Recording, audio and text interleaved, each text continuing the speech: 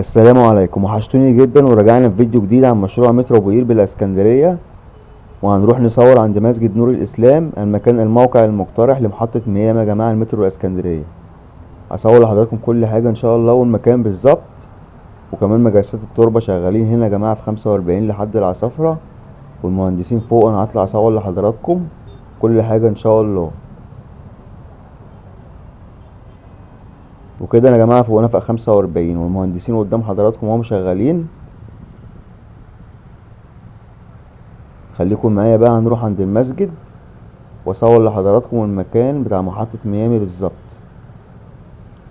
فان شاء الله الفيديو يعجب حضراتكم، يا ريت اللايك والاشتراك وتفعلوا جرس الكل عشان يوصلك كل جديد ان شاء الله. وانا يا جماعة بعتذر لحضراتكم عن قلة نشر الفيديوهات، يعني بسبب ظروف، فالحمد لله على كل شيء، ونرجع نستمر تاني في نشر الفيديوهات بإذن الله. تعالوا بقى نتجه لمسجد نور الإسلام وموقع محطة ميامي الجديدة. قطر ابو قير يعدي ونتجه هناك ان شاء الله، اوريكم مكان المحطة بالظبط.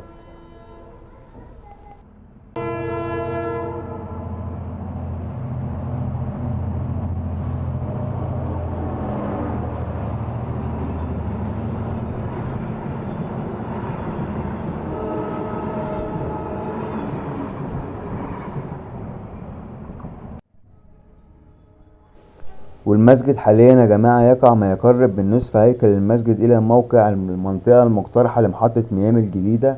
بالإضافة إلى ذلك يحتوي المسجد على 3 طوابق ستكون قريبة بنفس ارتفاع الجسر، وقريبة جدا من البنية الفوقية للجسر. والمترو هنا يا جماعة هيجي من محطة مصر لحد قبل الظهرية بحاجات بسيطة سطحي، ثم يصبح علويا من قبل الظهرية لحد ما بعد محطة توسن علوي على كوبري. وفي كلام اتقال يا جماعة وخريطة ظهرت جديدة، ممكن يبقى علوي من قبل الظهرية لحد ابو قير. والغريب يا جماعة في الخريطة دي ان ورشة ابو قير هي ورشة واحدة قدام شركة النحاس اللي قدام حضراتكم دي، لكن اللي هي عند توسن مش ظاهر ورشة في الخريطة.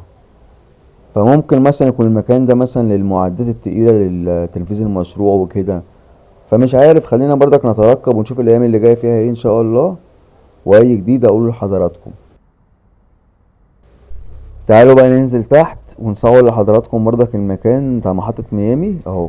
والمسجد يا جماعة قدام حضراتكم اهو. انا قلت انزل اصور من تحت برضه عشان تبقى كل حاجة واضحة قدام حضراتكم، ويا رب اكون عند حسن ظنكم. سلام، وان شاء الله اي جديد عن مشروع مترو الاسكندرية اقوله لحضراتكم. سلام، واشوف حضراتكم على خير.